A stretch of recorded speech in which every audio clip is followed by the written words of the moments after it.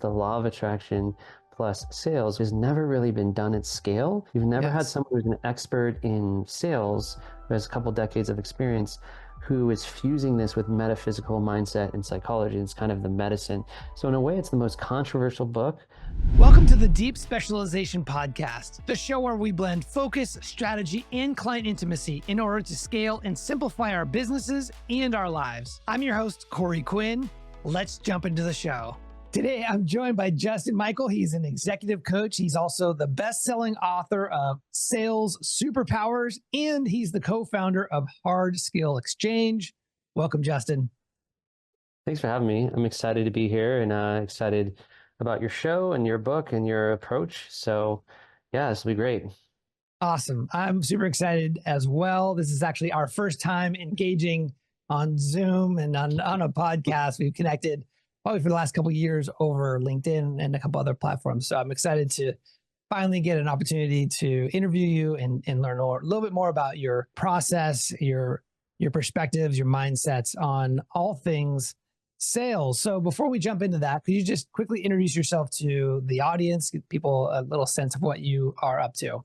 Yeah, so I'm Justin Michael, and I've been nicknamed the Salesborg or Seller Cyborg because I got into automation of the top of the sales funnel very early. That's because I came out of mobile technology. So I've been selling since 2001, and in the mid 2000s got into SaaS, and by the early like 2011 I went to Salesforce, and in the mid around 2015 I worked for an agency where we sent 5 million emails for 100 startups at once. It was autonomous sales development, and it's nothing like ChatGPT now. So there's a lot more levers and mechanical Yeah, Turks type functions, right? But we ran experiments on 5 million emails. The subject line, we A/B tested the calls to action. We looked at the targeting and the personalization and factors. And from that, I built out a methodology around that, which is a series of pattern interrupts. I call it heuristics, which is a giant word. It just means shortcuts.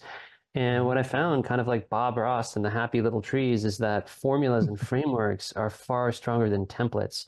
And we have, 400 million small businesses, and most have the same way that they cold call and open the cold call and send an email, hope you're doing well. Or the phone call is, did I catch you at a bad time? And so I started sending Venn diagrams and visuals, and I started making my emails. I messed up the grammar and the spelling and made it look like a text message all in the subject line, hat tip or in claff. And so I built all these interesting hacks yeah. and I put them into a book called Tech Powered Sales. It became a bestseller. And I've got a new set of Justin Michael Method books that's a series. And I've worked with about 200 startups in the past 4 years and about 1,000 people. I've been doing a lot of executive coaching. And it's fantastic mindset, skill set, and disruptive techniques for client acquisition.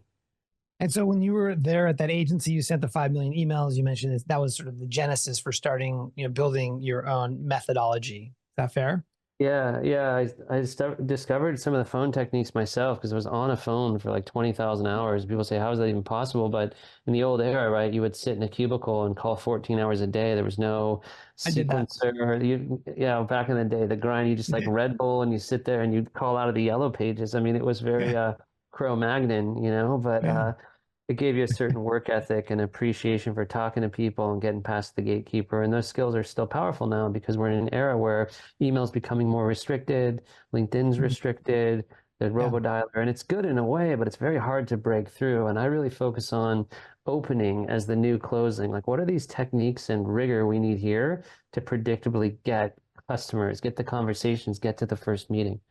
Yeah. So what are some of the core principles that you are made up in the? So I think the biggest thing is that if you do what everyone else is doing with cold outreach, the prospects fatigue. So, the human mind is actually visual. So let's just think of a cold call. You call a stranger and it immediately triggers the back brain, the amygdala, the croc brain, as Oren Klaff calls it, right? And you should calm them down like walking up on a horse until their logical brain, the neocortex, takes over, right? But what Right. sellers do, they interrupt and they start buffeting them with logic. And all it causes is more fear and Yeah. just a saber-toothed tiger, like get out of here, Yeah. irritation. So like you have to do cold calling in a way that calms the person down with your tone. So the traditional Okay. way of being really loud and confident and standing up straight and power posing, the whole Jordan Belfort, Grant Cardone thing, it's great. They're showmen. I admire them. But sometimes a neutral tone, a trusted advisor tone cuts through, right? And getting them to talk first is powerful. Then on the Yeah. email side, we send all these marching ants. We send all this little text and pictographs. But I send Venn diagrams because a visual, it processes 60,000 times faster than words. So one visual in an email will be Mm. ingested more than 27 email touches. Now you can't send that the first try because of the spam folder. So there's a couple of things. The third huge revelation is that LinkedIn is a chat platform. It's a direct message or DM choreography. Everyone Mhm. asked me for the last 8 years, hey, what's the first message on Connect? How do you customize? I do blank connects, and then I make my profile a conversion page from the headline about, and Corey, you have a fantastic brand, so you get this, right? Like weaving it into your book cover and your value prop, and everything is just seamless. And then I just try to have a human conversation. So I created this idea called the fourth frame, and it's like a chat flow choreography. So my story of A/B testing all that email, I went in, I had 30,000 maxed out connections, 55,000 followers, and I wasn't getting clients. I'm like, is this thing on? So I started testing all this outreach, and you can read it in my book on page 177, this thing, and it's very effective. It's just very different. Yeah. I'd like to go back. I want to cover that LinkedIn. It's very, very relevant for today. But before we do, I want to go back to this idea of, calming the croc brain. I also am a fan of Oren Klaff's and his work. So I'm familiar with that term, but you're absolutely right. I think my experience is that agencies will come in, do sort of more of a blanketed approach, but really trying to lean hard on the offer, on the sell up front, right? Hey, let me get you this for that. And I think that my experience can trigger that defensive, like, hey, I'm getting sold here, when really people don't want to be sold, they want to be understood. And so True. you use the term a trusted advisor. And so can you talk about ways that an agency can go from more of a transactional outreach to maybe more of a trusted advisor? Yeah, so nobody wants to hire an agency or a consultant or a coach. They want to solve a problem or realize an opportunity, right? Or they have something blocking them or something that's a burning pain or latent pain under the surface of the iceberg. So starting a conversation about, what's Q2, how's Q2 versus Q1? You're using all this newfangled chat GPT, just starting a question laterally, like if you bumped into them at Dreamforce or a conference, is a lot more effective. Getting into a very human conversation and really focusing on service and listening. And as Alan Weiss said in Million Dollar Consulting, amazing book, it's one of Yeah. them. The more you front load the conversation and slow down and just be human, even take 2 or 3 discovery calls before you try to pitch, the bigger the deal will be. Because we're in an environment where everyone's trying to sell the offer, like you said, within the first call, even upfront. Hey, Corey, can I get 30 seconds? I ask you for permission. I lower my status. Then they say, hey, I'm helping other agency owners with training. Or I say, hey, I've got this amazing marketing plan and it works for companies just like you. And they're being sold immediately and they recoil and they ask for information and they haggle on Yeah. price. They don't trust you yet. They don't know you. Yeah. And they get 10 more phone calls just like it. So Yeah. slow down, be human, be like the little snail, as Rich Liffen calls it, right? Like a happy little garden snail. And that's the paradox. Like, what is it? Slow is smooth, and smooth is Smooth as fast. it's Hmm. fast. And it's also like Yeah. to scale your agency, do the unscalable, slow down and build very strong human conversations. Now, remember, the reason I call it the fourth frame is traditionally, since the telephone was invented in 1876, the first person said, oh, wow, I can call Corey at the dinner table and sell him a hairbrush. And then we moved to email in 1993. And then we thought, oh, I can spam everyone and just to sell them Yeah. offers Click of a and coupons. button. Click of And a then mouse. we had do not call list DNC and can spam and now GDPR in Europe, right? So the other idea is this: if I have 100 potential clients I'm calling from an agency and 97 don't pick up, and I only talked to 3, where are the 97? Go on to social, go on to Twitter X, Yeah. go on to where they live and connect meaningfully. And that DM flow, that chat flow is like a cold call now. It could be even Yeah. more valuable. Yeah. Yeah. The concept of sell by chat is definitely been talked about a lot recently. I certainly just think, reflecting on my own experience on LinkedIn, I know that anytime that I have a cold LinkedIn connection request, I do I still get that resistance coming up, because I like, okay, if I say yes, if I accept this, then the pitch is coming right after that type of thing. So how do you lower the friction that's inherent in that transaction? Yeah. Yeah, I'll spill the beans on that because you get like, hey, Corey, comma, and then boom, boom, boom, and then you feel the the automator hit. And some of that software is cool, and there's ways to Mhm. semi-automate that. But what I do is I don't even say, hey, first name, and I don't congratulate. So a lot of this is the principle of disinterest or non-hunger. A lot of Yeah. the ways people prospect for new business completely violate any dating scenario. Hey, Yeah. I want to date you. Could I get 30 seconds to tell you why you should go out with me? Like, this will not work. But that's what our pitches look like, that pitch slap or that, Right. like, Right. there's no It's the attempt. alpha. It's very much a beta approach. That It's was a beta approach. yeah. Yeah. I think Eben Pagan taught me this idea of, you're paying the wanting it tax in the dating scenario. It's the same thing in sales, where it's like Yeah. if you want something so badly, you have what they say, commission breath.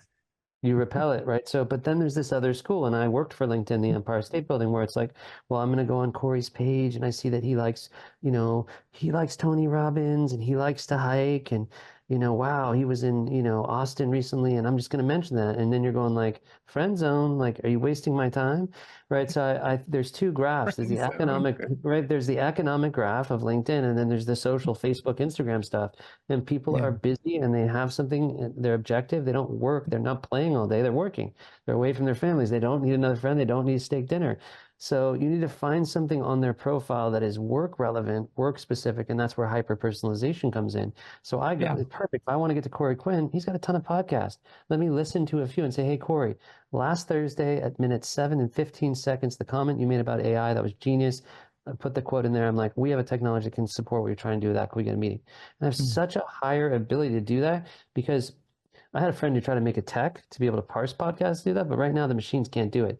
So think Yeah. in terms of synthesis and personalization stacking and finding things about people that a machine wouldn't and Yeah. standing out in that way. It's just a slight level of effort.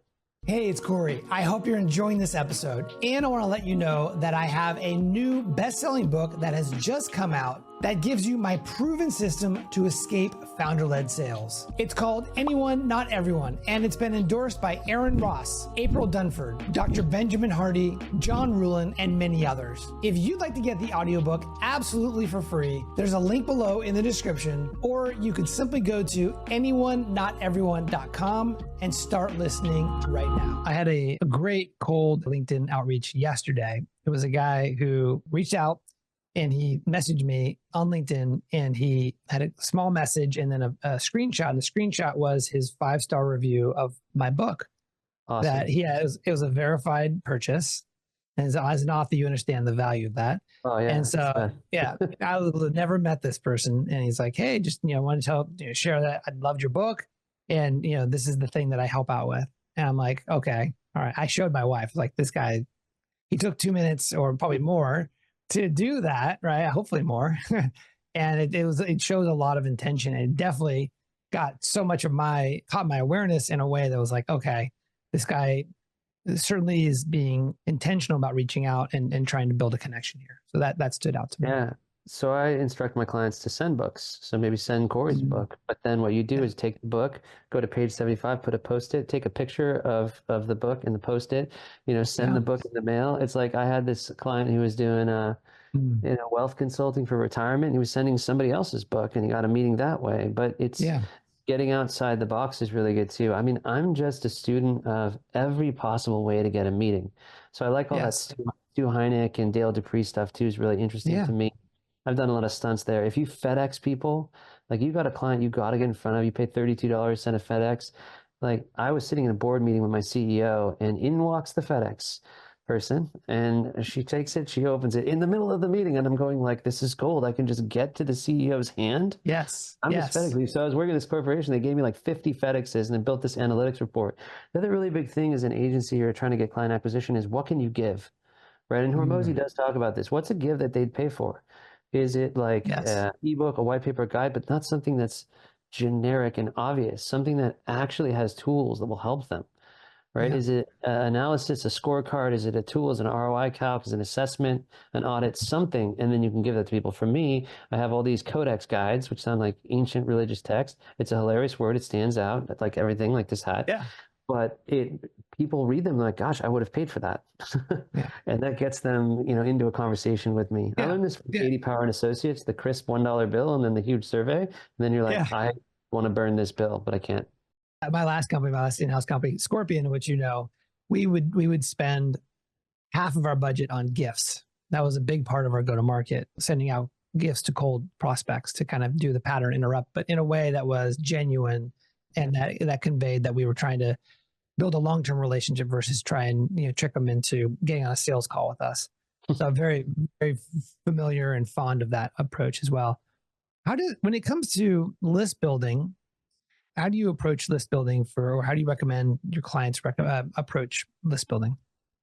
Yeah, so I work with a very talented virtual assistant team, a gentleman by the name of Aditya Prakash, Aditya at taskminions.com. He has a good sense of humor about that name. He's based in India. I went through about 75, you know, sales assets and resources when I was doing that agency, but he's got a team of 30 and he has access to various scrapers and data sources, and that's helpful. But basically, like the whole Chet Holmes Dream 100 thing is really good. Like pick your top 100 accounts, or if you have a massive territory of 5,000 or 10,000, use a proxy for profitability. Because a lot of times with privately held companies, you don't know who's profitable. And sometimes it's cost prohibitive. If you can get a data source like 6sense or Zoom Info Intent, that's awesome. That'll give you some semblance of what people are downloading. But for me, there's 3 states of business, like my mentor Tony Hughes taught me, is there's growth, there's stasis, and there's down. And stasis and down are the same. They're not going to have the extra money to hire your agency services, right? So find people that are hiring, because headcount's the most expensive thing. And they might be taking on funding, right? But that's an obvious trigger, and that gets a little bit, worn out if you're like, hey, congrats on the funding. Like somebody gets funding and they get bombarded, but do an 80-20 stack rank and try to find the most healthy, profitable prospects, just because they're going to have budget for you. They're going to have discretionary budget to spend on your agency, and that's critical, and you're not pushing on a rope. I love that. So you are about to publish your 3rd book in a series, I believe. Is that correct? That's correct. I'm a glutton for punishment. Yeah. So tell us about what the inspiration behind writing the book. You mentioned that you've recommended your clients send them out, but tell us about the book writing journey. Why not just 1 book? Why 3? Like give us some insight on that whole process. Yeah, so I was the case study of a book called Combo Prospecting with Tony Hughes in 2017. And then through that relationship, he was my mentor. And we got a book deal for Tech Powered Sales on HarperCollins. And then I got a deal with Wiley for a book called Reinventing Virtual Events. And now I have a 3rd publisher named Jeremy Jones. He's out of Arizona. He's had 200 bestsellers. He's been helping a lot with strategy, marketing, and concept. And so I decided to write my magnum opus, sort of the time capsule to the future. And I thought I'd call it Justin Michael Method. It was called Unlock Limited Pipeline. And then it became Sales Superpowers to Sell Books, right? So it became Justin Michael Method 1.0, 2.0, and 3.0. We split up the books in 3, and they're each about 50,000 words. So it's a fast read. It's like a Hollywood movie, maybe it's like a 3-hour movie. I've read 2 of your books so far. Thank so you for that. Yeah. I have yours too, and I left a review. So the first one's really mindset and tactics for the top of the funnel. The second is, okay, well, how do I do the full cycle, and what's the 7-figure mindset, and how do I do negotiation, closing, demos, presentations, some of the sales stunts that we just talked about. There's a whole bunch of thoughts, and that's sort of there. The 3rd book is the Law of Attraction plus Sales, which has never really been done at scale. You've never had someone who's an expert in sales, who has a couple decades of experience, who is fusing this with metaphysical mindset and psychology. It's kind of the medicine. So in a way, it's the most controversial book ever written in B2B, but every seller I talk to is like, oh, I love Think and Grow Rich. I love The Secret. I'm super into Wayne Dyer. I've told, like, people are on board with this positive thinking and new thought stuff, because ultimately you can learn the tactics all day and you can get your mind right, but who you are at your identity is critical, your self-image and reprogramming it. So I'm talking about music and frequencies and, visualization and, affirmations and all that sort of woo-woo stuff, but putting in the context of, okay, you're on the road carrying the bag, slogging away, Casey at bat, getting rejected all day long. How do you really not just get your mind right, but get your identity that place where you're kind of unstoppable, and you're coming from that 6 or 7-figure mindset, which becomes a self-fulfilling prophecy. You really have to work hard on yourself to become the type of rep that can hit those targets, which took me 15 years to figure out. Hopefully as short as your journey. That's awesome. So are there any techniques you could share with us today here as far as a quick thing that could help someone down that road? So what I found was the impact of music. I first called this, so my first book was called TQ, or Technology Quotient, which is, the fusion of human and machine, like the Jarvis Iron Man suit. The idea of musicifestation is music and manifestation. Well, what kind of music? Well, solfeggio, which is a sacred set of tones that aligns to your chakras. You might have heard of 528 hertz or 432 hertz. It's like the miracle tone or the heart chakra. There's these tones that if you play them against water or sand, they make perfect geometries of shapes. So if you play them to your body, it can repair your DNA, it can calm you. Your brain is functioning in a caffeinated beta state. However, when you pull it down one level into alpha or theta, gamma's up top, that's where you get into that Salvador Dali place between consciousness and unconsciousness, even if you're like relaxed. So Quentin Tarantino writes scripts floating in his pool. Salvador Dali used to lay on a metal plate with a key so he wouldn't fall asleep, and look at his paintings, right? So he's gone deep in the subconscious. But if you can reprogram yourself, because 95% of your experience in life is subconscious. So what I do is I put on this music that really calms your mind. And I even had a client had a head trauma. I was helping him focus. And you can experiment with this on YouTube. And then you do visualizations, and then you do affirmations, and you stack these all together. And this is like the musicifestation exercise. And I did this when I got to the Bay Area. I turned 31. I had no degree. I couldn't get a job. I was making 45K. And about 3 months later, I got hired for 45K. And my brother, who's at Google's like, hey man, you got no experience, like just take it, work your way up. And I rejected that. I kept doing this process. And my first job, I got hired by Sean Parker, who was the Facebook billionaire. And I worked in this causes.com thing, and I immediately got a 100K offer, and I doubled my income like within 90 days. It was amazing. No, I mean, right, the how was I had investors who were involved in SaaS fundraising companies, and I had the experience, but you know, is it correlation or causation? I'd like to think all that positivity helped me get there, right? Yeah. What about the concept of visualization? You know, heading into a sales meeting, you visualize a signed contract coming out. Does that have any impact in this recipe? Definitely, like just running through in your head like athletes do, what the process of it going well and the people understanding it and shaking their hand and getting the deal signed, right? And the outcomes you want to see. And the biggest thing people miss in the law of attraction is, one, the word action is an attraction. So you have to execute, you got to do things. You can't just sit around dreaming of Ferraris. and the second one is giving. Service equals wealth. So you want to grow your agency, serve more. You want to sell more, serve more. Just, get obsessed with the impact your product or solution can provide. And then like, it's really the go-giver mentality. Like all day long, I just meet people and say, how can I help you? And I get the attention off myself. And you're a huge, stand for that. You're really generous and open, and really appreciate the energy you put out with your work. Thank you. Thank you, Jess. I was going to say the same about you. I've definitely been on the receiving end of your generosity. Speaking of which, I want to thank you for coming on this show. We're running a little short on time. This is a topic that definitely is, I think, very timely. And the book that you've just written and you're about to publish is, I think, really, really powerful. I think there's more receptivity in the marketplace for a really smart way to blend not only the technique side of the equation, but also the mindset and everything else that you're bringing forth. So I'm super excited for you. I'm a fan of yours. I'm a fan of your book already. I haven't read it yet, but I'm excited to see that grow. So thank you so much for coming on. Where can people find out more about you, maybe more about your books and your programs? Thanks for all of that. If you just go to Amazon and type in Justin Michael, I think there's like a funny book under another Justin Michael, but you'll see my stuff on there. And you can find me on LinkedIn, just Justin Michael. If you just type in search Justin Michael Sales or Justin Michael Coaching. And then I have just a little microsite for the books, salessuperpowers.com, where you can go. And I'd be honored if you reviewed, if inspired. And I think some of these techniques will be a direct hit for agency owners who are doing founder-led sales, or if you have teams, just spread the word. And certainly encourage you to read Corey's book and leave a review, because that is, that's gold for authors. So we love that. It is gold. It's currency. It is. Cool, Justin. Thanks so much for coming on. We'll talk soon. Thank you so much. That's it for today. I'm Corey Quinn, and I hope you join me again next time on the Deep Specialization Podcast. If you received value from this show, please go to Apple Podcasts and leave us a review. Thanks, and we'll see you soon.